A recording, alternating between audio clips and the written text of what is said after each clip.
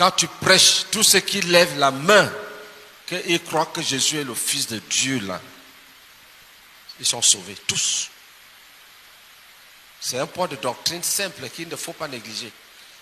Maintenant, ce sont ceux-là qui doivent faire la repentance envers Dieu. La foi en Jésus est la première chose qu'on doit donner aux pécheurs. Parce que Jésus est comme le bouc expiatoire. Si tu n'as pas ça, tu ne peux pas offrir le sacrifice expiatoire. Donc, tu as Jésus d'abord, et avec lui, tu t'en vas faire les expiations.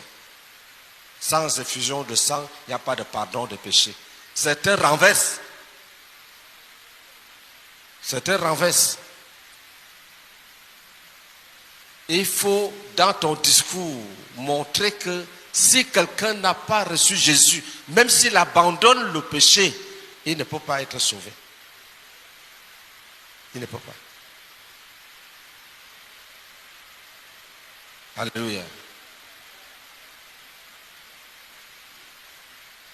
Donc, les vrais enfants, ceux qui ont cru, ce sont ceux-là qui font la repentance envers Dieu le Père, Jésus étant maintenant le souverain sacrificateur. C'est grâce à lui que nous nous présentons devant Dieu. C'est par lui que nous avons un libre accès au trône. Pas de confusion.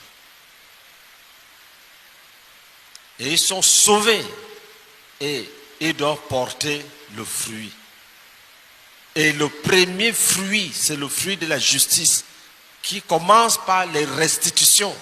Les restitutions sont les premiers actes de justice pour montrer que tu as vraiment cru. Par exemple, j'ai l'objet ci. J'étais un voleur. Et dans mes vols, j'ai cet appareil. Et j'ai fini de me repentir, mais j'ai gardé l'appareil caché. Donc je ne me suis pas encore repenti. Alléluia. Je ne vole plus, mais il y a un objet qui est sous mon habit. Pour montrer que j'ai changé de vie, l'un des premiers actes, c'est de sortir cet appareil et remettre à son propriétaire. Et la vie continue maintenant. Alléluia.